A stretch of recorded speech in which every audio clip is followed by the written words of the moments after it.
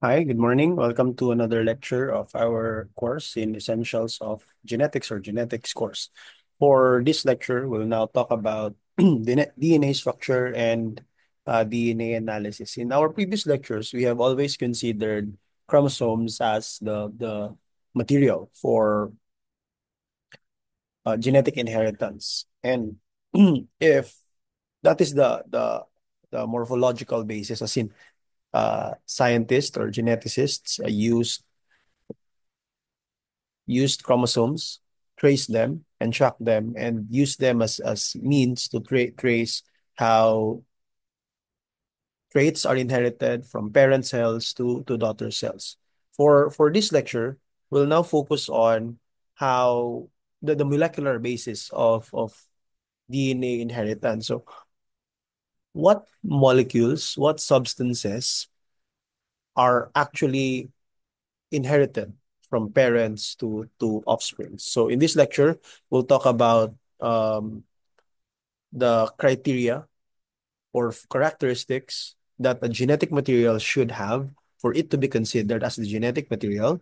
Then next, we'll talk about the historical basis and the discovery of DNA as a genetic material instead of proteins. Kasi in the previous time, before 1944, years before this, decades before this, they consider actually protein as the genetic material and not DNA. It was just later in the experiments of several scientists that they were able to establish that it's actually DNA that is inherited from parent cells to daughter cells. And then we'll talk about the direct and indirect evidence that supports DNA as a genetic material in eukaryotes, and then how RNA is used as a genetic material in some viruses. That's why we do not consider them as living organisms because they use RNA, not DNA.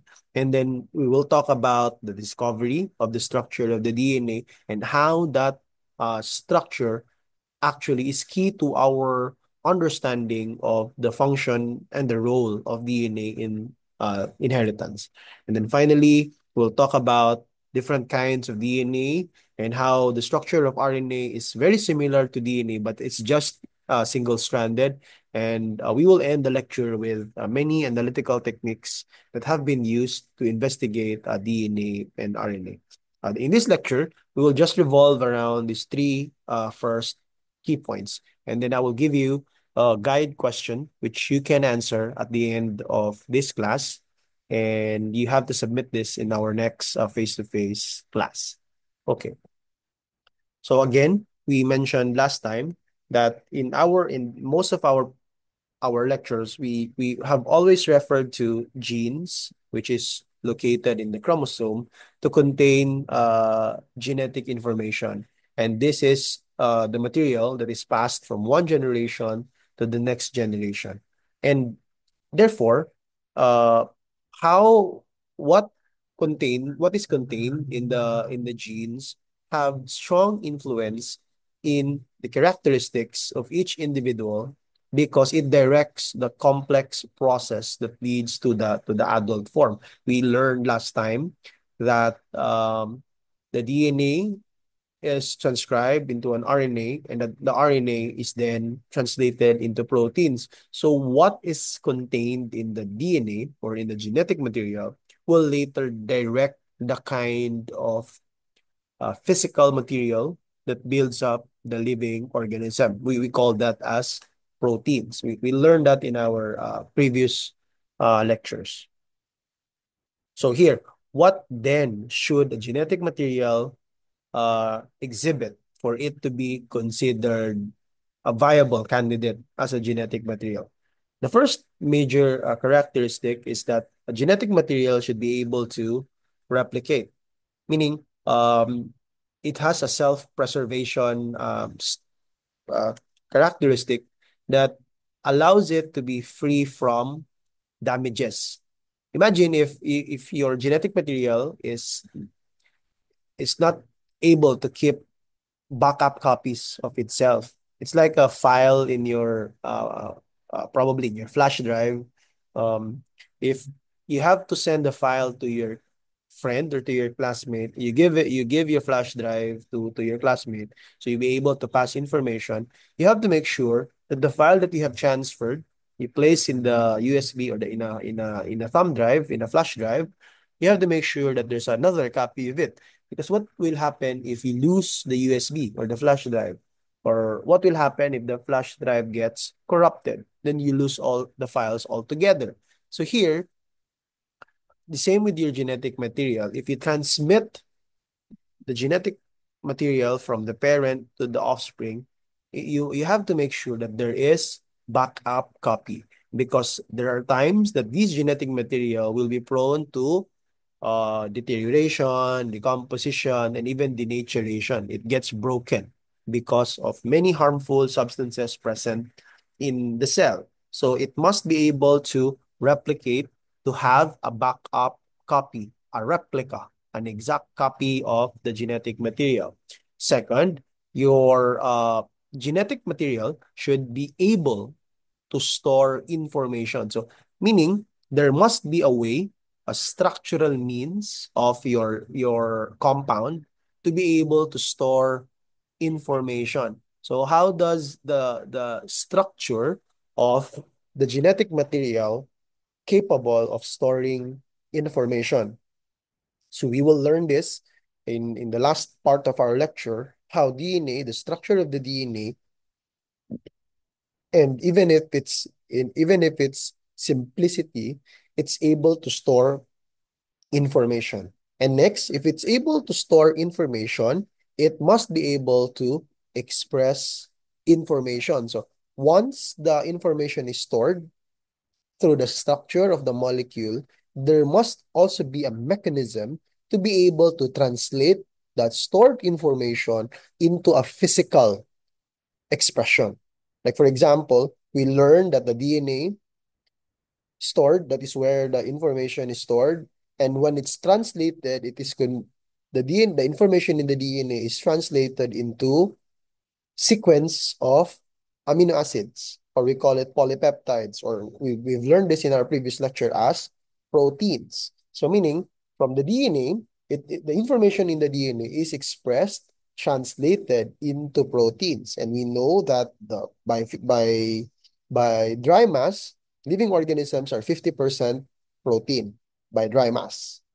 And finally, it must allow for variation. We've learned that one important mechanism for evolution to take place is variation, correct? So for evolution to take place, there must be variation. So that's the natural scheme of things. So for it to be considered a genetic material, it must allow variation, or else all living organisms will have the same characteristics, will have the same physical appearance, and that would not favor evolution. And as put forwarded by Charles Darwin. So here, um, life in general is characterized by this important principle we call central dogma of molecular genetics. When we say central dogma, central meaning it's the main, dogma is a synonym of law. So meaning this law, it governs molecular genetics and governs life. For life to be considered, or for anything to be considered as life or alive, it must follow this law. And what does this law tell us? The central dogma of molecular genetics tells us that the DNA is transcribed into RNA, meaning uh, uh, there is synthesis of RNA, meaning we create RNA from the information stored in the DNA. And we call this as messenger RNA. And there's also RNA created that constitutes your ribosomes. What are ribosomes? These are uh, the organelle responsible for synthesizing protein. So the main composition of your ribosome actually is your ribosomal RNA. You have two units there, the large subunit of your ribosome and the smaller subunit of your ribosome. So what constitutes that is actually the ribosomal RNA. And then finally, you have another kind of RNA we call transfer RNA or tRNA. These are the RNA that actually carries the amino acids that will be built to form your proteins. So very importantly, what information we can derive from this law is that RNA is synthesized from DNA. And then finally, the second half of your central dogma is translation. So what does translation tell us? Translation tells us that the information from the RNA is used to synthesize proteins. Although we made a lot of discussions here, we just have to emphasize this that um, the DNA is transcribed, meaning the DNA is read and made a copy. But this copy is not identical copy. It's a transcript, meaning it's a copy, not an original one. When we do DNA, when we do replication, uh, di ba, ngunta ka ganina, we said earlier that an important characteristic of a genetic material is able to replicate.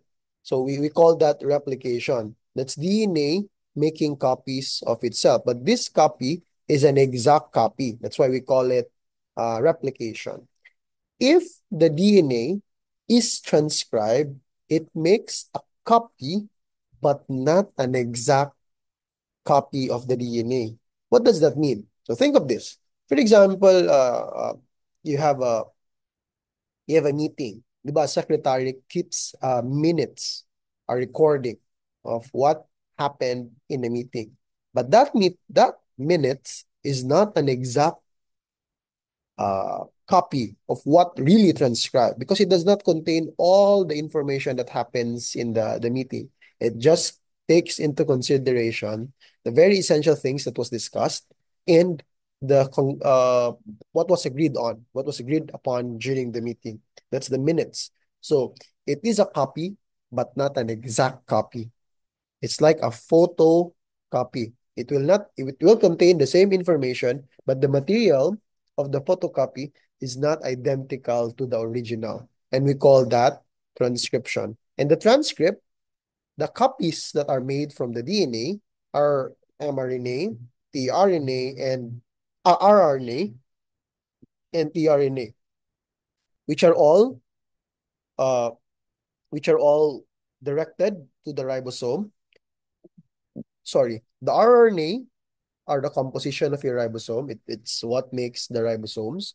The mRNA carries the information from the DNA to the ribosome, and the tRNA carries the amino acids to the ribosome. And from this, that will undergo a process called translation, where the mRNA is read and translated into proteins. And these proteins are what makes living organisms. So if you have an overexpression of this kind of protein, that will determine your physical appearance. We talk about this a lot in our previous lectures. So for example, your melanocytes, the cells in your skin, has a lot of information for your skin color, then therefore uh, that would determine your physical appearance, your skin complexion based on your genetic information to how much melanin you are to produce.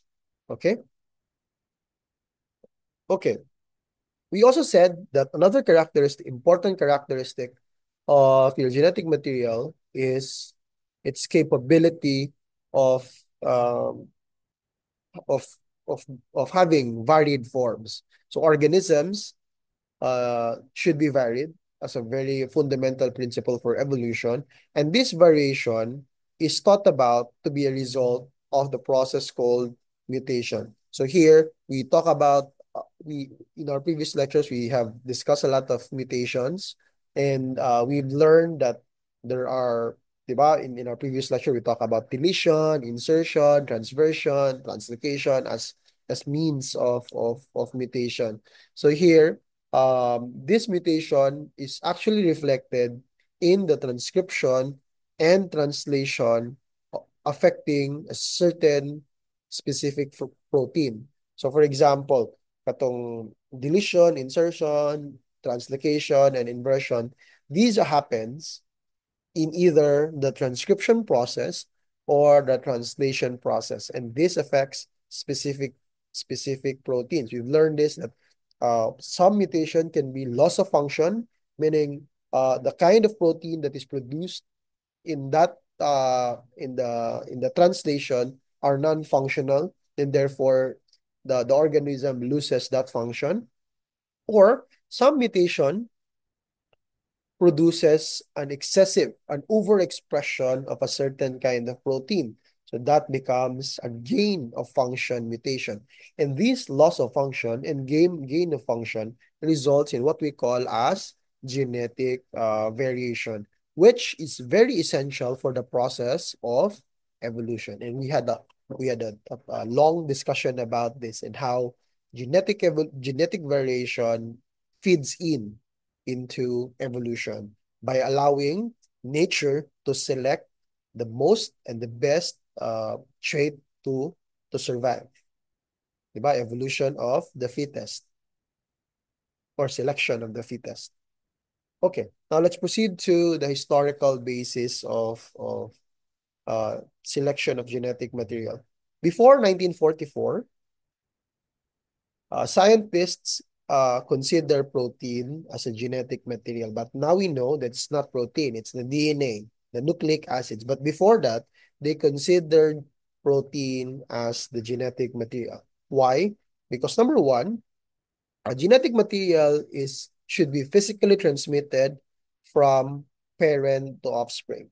And that's why proteins and nucleic acids are major candidates for genetic material. So when they look at cells undergoing mitosis, they saw that it's both proteins and nucleic acids are transmitted to the daughter cells. That's why they consider both proteins and nucleic acids. But what makes scientists favor proteins over nucleic acids is because of its diversity.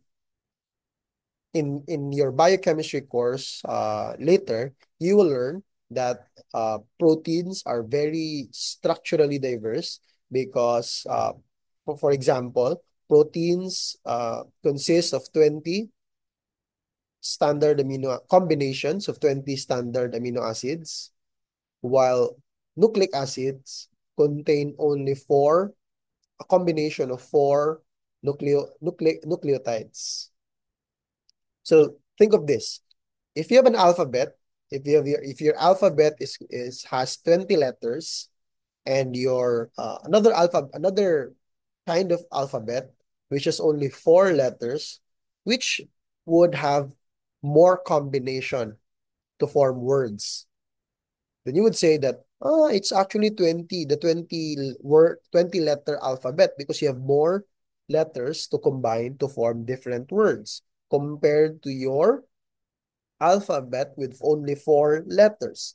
A, E, I, O. For example, A, E, I, O lang ang iyang alphabet. So what kinds of words can you form from four-letter alphabet? So you only have very less number of words compared to an alphabet with 20 letters. So you have more structurally diverse proteins compared to four, your nucleic acids, your DNA. That's why geneticists believe that since living organisms need to be varied, need to be unique, it has to come from a structurally diverse compound. That's why they consider proteins rather than nucleic acid as a genetic material. This also came about from the work of Levine, no? Levine. So Levine actually studied different nucleic acids from living organisms, and he saw that living organisms contain equal amounts of the four nucleotides. So you have adenine, thymine, cytosine, and guanine. He saw that living organisms have equal amounts of the four nucleotides. And he said that the DNA structure is actually a repeating units of the four components. This constituted what he called the tetranucleotide hypothesis. And because of that, of the discovery of Levine, they rejected DNA as a genetic material because if it's lack of chemical diversity, it's just four nucleotides and it's repeating units in the DNA. And probably how would it store information? How would it contain diversity that would result into variation? Or how does it produce variation? Upat naman to ka letters. How does it contribute that? That is why proteins is considered to be the genetic material rather than your DNA. Now we proceed to the experimental evidences favoring DNA as the genetic material. And it was through the study of a bacteria, certain kind of bacteria, and bacteriophages. So we'll talk about what bacteriophages are. So here, in 1944, there were several experiments that led to uh, the discoveries that it's actually the DNA and not the proteins as the genetic material. So we begin with the work of Avery, MacLeod, and McCarthy in their 1944 publication on the chemical nature of transforming principle in bacteria. And this was considered as the first direct experimental proof that it's actually the DNA that is responsible for heredity, not proteins, not carbohydrates, not RNA. It's the DNA. So in their experiment, ah, sorry, Griffith in 1927 also provided the foundation for the work of Avery, MacLeod, and McCarthy's research. In 1927, Griffith actually, so unsa dining transforming principle. It was actually Griffith who provided and who discovered the transformation. Unsa man ang transformation? He saw that avirulent strains of the pneumoniae could be transformed to virulent. Meaning, there are two kinds of bacterial strain that causes pneumonia in mammals and even in mice, for example. And one is avirulent, meaning it does not cause pneumonia, and the other strain causes pneumonia. And Griffith actually found that the dead virulent, meaning that causes pneumonia, can transform the avirulent pneumonia bacteria and then cause pneumonia in mice. So here's, let's put forward to the experiment of Griffith. So what Griffith did was he speculated that the transforming principle actually consists of the polysaccharide capsule or compound required for the capsule synthesis in the bacteria. So you have two kinds of bacteria. You have serotype 2R, meaning rough, they have no capsule, and was avirulent, meaning it does not cause pneumonia in mice. And the serotype 3S, smooth with capsule and was virulent. So what Griffith did was he noticed that dead virulent bacteria kani sila kaning serotype 3S, when you kill it through heating, it no longer causes. So for example, this is the mice, no? When you inject uh serotype this one, serotype 2R, when you inject into the mice does not develop pneumonia because again, it is a virulent.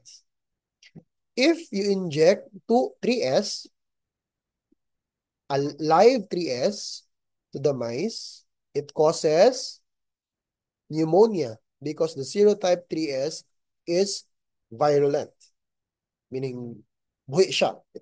It causes the growth of the pneumonia bacteria. But if you kill 3S through heating, dead 3S, you inject it to the mice, it does not develop pneumonia because again, the 3S bacteria that was injected are dead already. But what a surprising experiment Griffith discovered is when you inject a dead 3S, dead 3S, this one, you inject it together with an alive 2R, the mice develop pneumonia. So Griffith said that there must be something in the dead 3S that transformed the 2R to become 3S. So he saw that katong mice kay gi-injectan og 2R alive and together with the 3S that is dead, it developed pneumonia. And when they examined the blood of the mouse or the mice, it has actually an alive 3S. So Griffith said that there must be something in the dead 3S that transformed the 2R that it became an alive 3S. But he did not know what was it. He just said that it's probably the capsule that we know that bacteria are encapsulated in a capsule, or the compound responsible for the synthesis of the capsule that is conceived that was uh responsible for the transformation. But kaning a time, wala pa sila naguna-una nga this was a genetics problem. It was just a simple morphological question. They were just thinking that probably there's something in the 3S that changes the shape of the 2R bacteria. So nothing about genetics yet. But it was Avery MacLeod and McCarthy.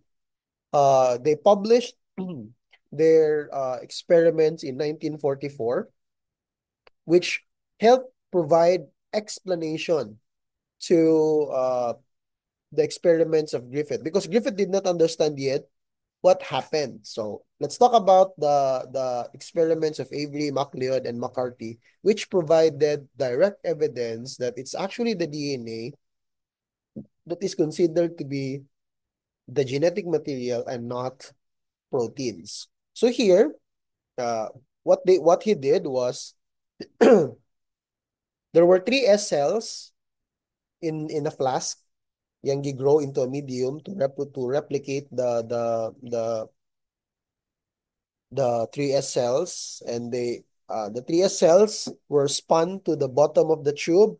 They were heat killed through heating, and they were homogenized cells. They would recover it through the 3S filtrate. So here, so these are just dead 3S cells. And from the dead 3S cells, they separated it to different separation techniques to separate the carbohydrates, the lipids, and the proteins. Because Avery, MacLeod, and McCarthy were interested. What biomolecule? Is it the carbohydrates? Is it the lipids or the proteins that is responsible for transforming the 2R into 3S? So what he did, they separated it into 3 test tubes. So this one, uh, you have your carbohydrates, your proteins, your the one with nucleic acids. So the first test tube here, you now have an extract containing carbohydrates, lipids, and proteins. The first test tube was protease. Treated with protease. So meaning, kanina ni siya carbohydrates, lipids, and proteins. Okay, this serves as the control. The control test tube, this one, wala pa siya giunsa. It's just the extract containing carbohydrates, lipids, and proteins. From that, they added 2R cells plus the 3S filtrate, and they saw the transformation occurred, meaning the 2R cells present and 3S cells alive. So 3S contains active factor. So it's the control. So still, the 2R cells were converted. Next, they treat that test tube with protease. What's protease? It's an enzyme that breaks down proteins. So here, they still combine 2R cells plus the protease-treated 3S filtrate, and still transformation occurs, and the 2R cells are present, and there are also 3R cells present. So what was the conclusion? The active factor is not protein. Why? Because here, in this flask, protein no longer exists. Why? Because again, we mentioned that there's an enzyme here added, which we call protease. The protease broke down the protein, so wala na yung proteins. But nga no gihapon nga ang 2R cells na convert gihapon into 3S. So probably it's not the proteins that is responsible for the conversion of 2R into 3S. So ilan na rin giingon nga, it's not protein that is responsible for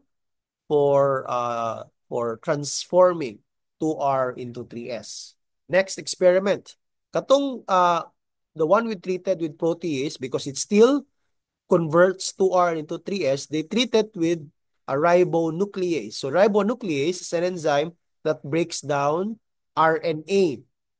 So RNA na po ang gina-breakdown. So here, they also mix live 2R cells with RNAs treated 3S filtrate, and they still saw that the 2R cells are converted into 3S cells.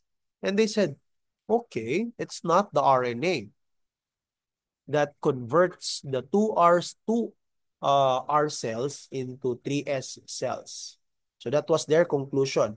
It's not the RNA. So again, wala na ang protein, wala na po ang RNA. And finally, the last extract, when they treated it with deoxyribonuclease, it's an enzyme that breaks down DNA.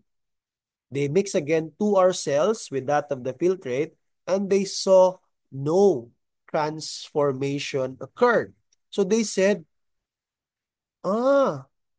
if wala na DNA sa 3S filtrate, okay, because it was broken by the DNA, deoxyribonuclease, DNase, then probably it's the DNA that is the active factor.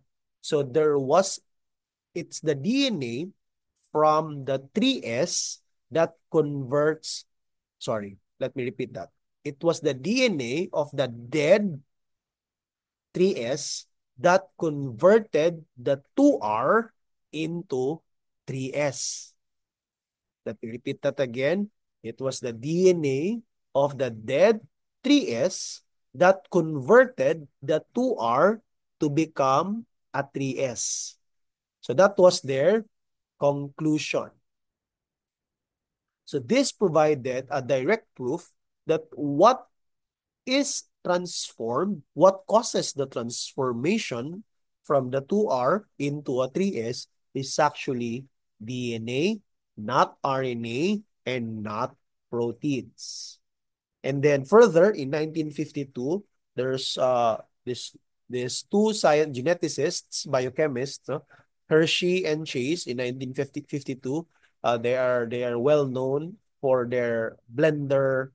They call it blender experiment, no? Hershey and Chase blender experiment. So here they demonstrated that it's actually DNA and not protein as the genetic material, and they used radioisotopes, phosphorus and sulfur. And why is phosphorus and sulfur important here? Okay, let's explain first. Phosphorus element is only found in the DNA. Okay? It's not found in proteins. While sulfur, on the other hand, this element is found in proteins but not in the DNA. So they used phosphorus and sulfur as a label, as a proxy tag. They use it as a tag to trace how genetic material is transmitted. And we'll look at that. We'll look at their experiments in more detail. So here, this is their experiment. So they have E. coli as the bacteria and Tito as the bacteriophage. So when we say bacteriophage, phage means eat and bacteria means bacteria eating. So T2 is a virus that eats the bacteria from inside. So what's the process there? So here, for example, this is your T2 bacteria. The T2 bacteria injects a genetic material into the bacterium. So what genetic material? Is it protein or is it DNA? That's the question. That's the 1 million question Hershey and Chase was to answer in their experiment. So this is the question. So what material is injected by T2 to the bacteria that converts the bacteria here into a virus factory? So the components accumulate and uh, mature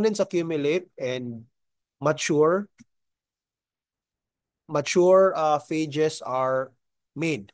And then later, the cell will break down and release the new bacteriophage, the T2. So there must be something that is transmitted by the T2 bacteria to the bacteria, the T2 virus to the bacteria that makes the bacteria a T2 factory. So what was it? Is it the protein or is it the DNA? So here, that the virus, Canning virus,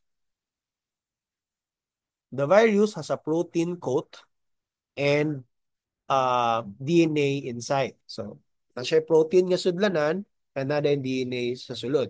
So they were wondering what was given to the bacteria.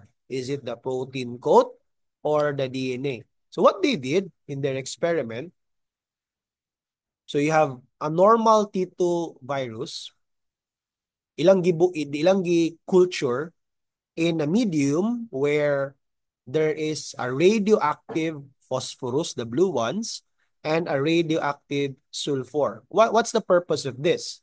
The purpose of this is so that when this virus replicates, mudaghan sila, it will use the radioactive phosphorus as a starting material.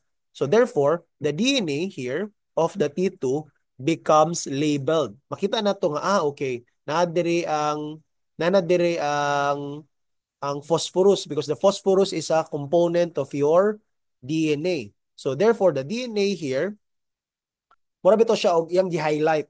So here, the DNA in the T2 bacteria becomes highlighted because it uses a radioactive phosphorus element as a starting material.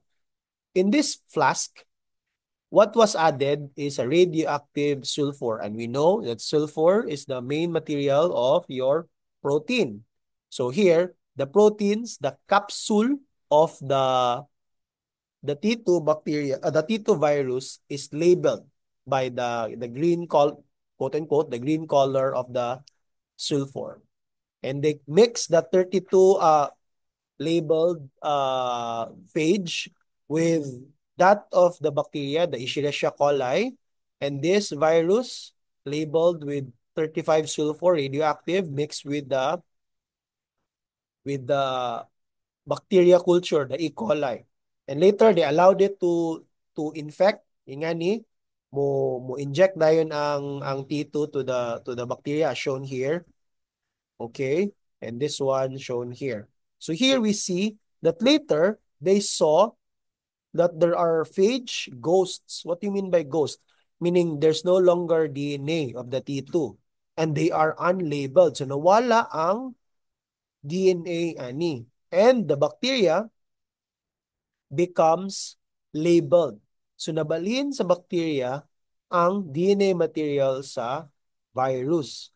So they produced a viable, alive, phosphorus-labeled bacteriophage. Pagbutuan ng E. coli, it produced viable, mga buhi nga what do you call this? Buhi nga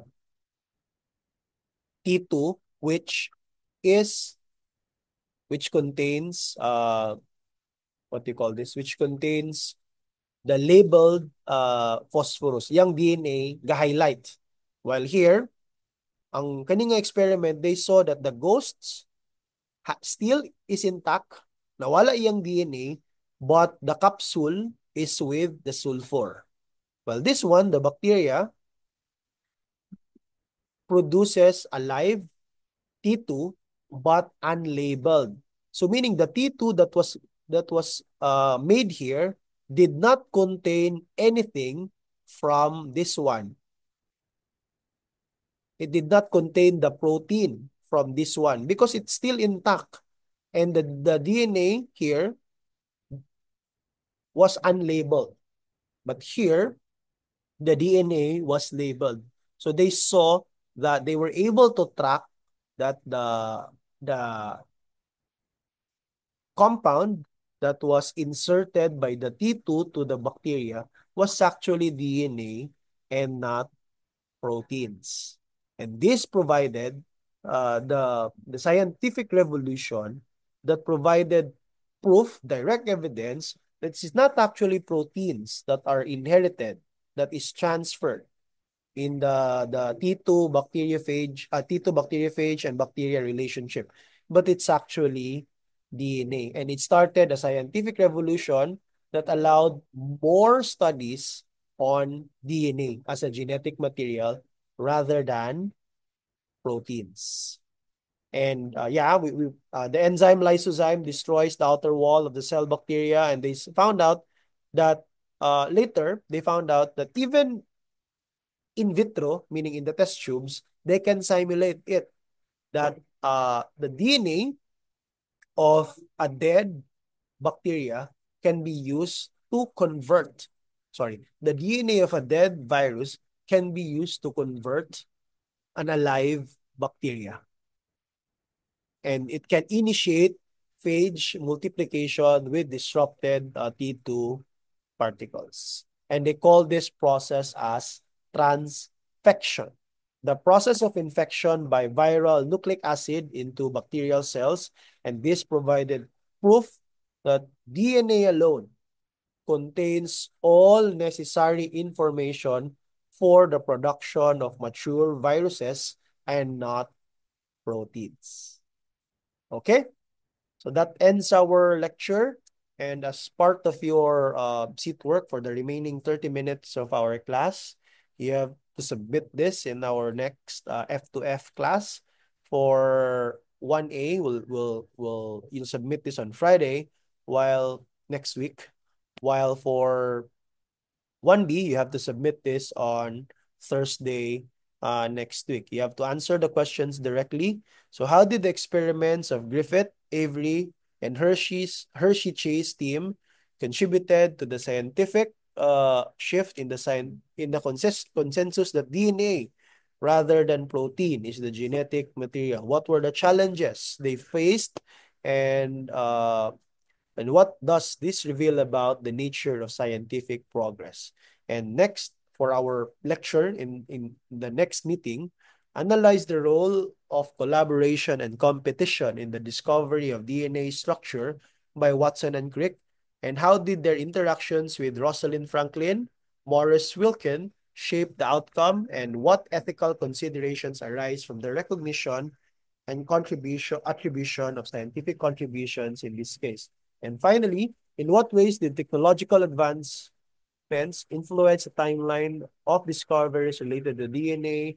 Discuss how tools such as X-ray crystallography, centrifugation, and bacterial transformation experiments shape our understanding of the DNA and reflect how current technologies might similarly revolutionize our understanding of genetics.